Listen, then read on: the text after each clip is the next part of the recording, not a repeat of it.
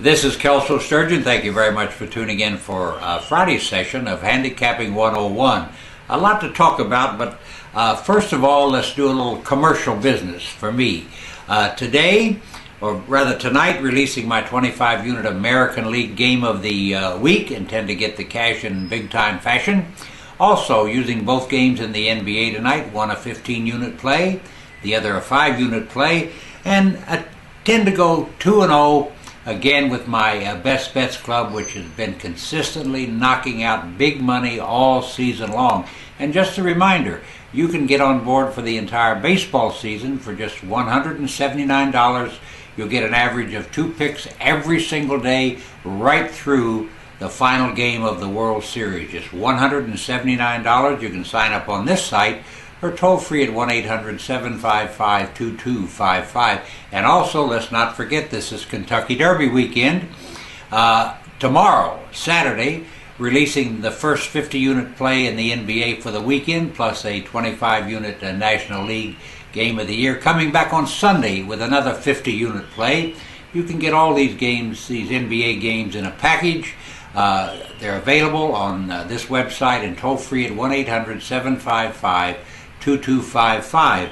Now for some current news, just in case you haven't heard, Uncle Mo scratched from the Kentucky Derby. One of the favorites has some intestinal problem and will not run. And for those of you who will be betting the Kentucky Derby tomorrow, a 50% chance of rain. Obviously, that means it's a 50% chance it won't rain. But just keep in mind, always pay attention to current track conditions. In the NBA tonight, we've got the two games, but the most important one has the Los Angeles Lakers playing at the Dallas Mavericks. Los Angeles is down 2-0 in this series. They will be without Ron Artest tonight, who's been suspended for clotheslining a Dallas player in the last game. I think it's interesting to note, too, in the NBA playoffs that history does mean something. Now, this also adds an incentive factor for Los Angeles in its game tonight against Dallas, where it's a 2.5-point underdog. Dallas has just simply outplayed Los Angeles, and there's a question in my mind, as I wrote on my website about the Boston Celtics the other day, if the Lakers are just simply too old and can't keep up. But the incentive factor is simply this. LA is down 2-0. If they go down, and for the history and for the record books, there have been 3 teams down 2-0 who came back and won their best-of-7 series. There has never been a team that came back from being down 3-0, which the Lakers would be if they lose tonight. So just keep in mind there's an incentive factor in the back of my mind. I don't know whether it's time to put a fork in the Lakers or not, but I'm tempted to do that. Just pay attention. I'm going to watch the betting line a little bit today before I step in to see if it moves any at all. But remember, the Lakers are in a must-win situation, and teams in a must-win situation don't have to must-win anything. Just keep that in mind. History says that that's seldom a factor in what goes on, period, especially in basketball. Now, the odds in basketball have changed dramatically.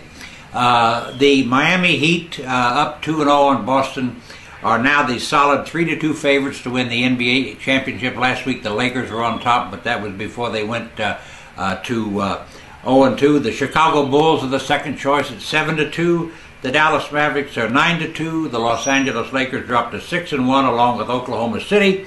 At 18-1, we have the Boston Celtics. At 20-1, we have the Memphis Grizzlies, and at 50-1, the Atlanta Hawks. For those of you who've been wondering about what's going to happen this football season, there will be an NFL season. But if for some reason there's not, keep in mind, I've been talking to a lot of people in the colleges, and the colleges are ready to do something to take up the slack. If the NFL does not have a season or starts its season late, the college football schools intend to play, obviously, on Saturday, Sunday. They plan to play Monday night. They plan to play Thursday night. They plan to play on Friday night. So you're going to have 5 weeks of football no matter what happens. But again, I do believe the NFL will have a season. But regardless, we're going to have a lot of football to look forward to, so relax. We'll be there when it all happens. And last but not least, if you're following the NFL, just a note, the Super Bowl odds are out. The American Football Conference opened at a -1. The game is now a pick'em. Just food for thought. Thank you very much for watching today, and remember that all of my selections are available on this site and toll-free at 1-800-755-2255, and I do accept all major credit cards.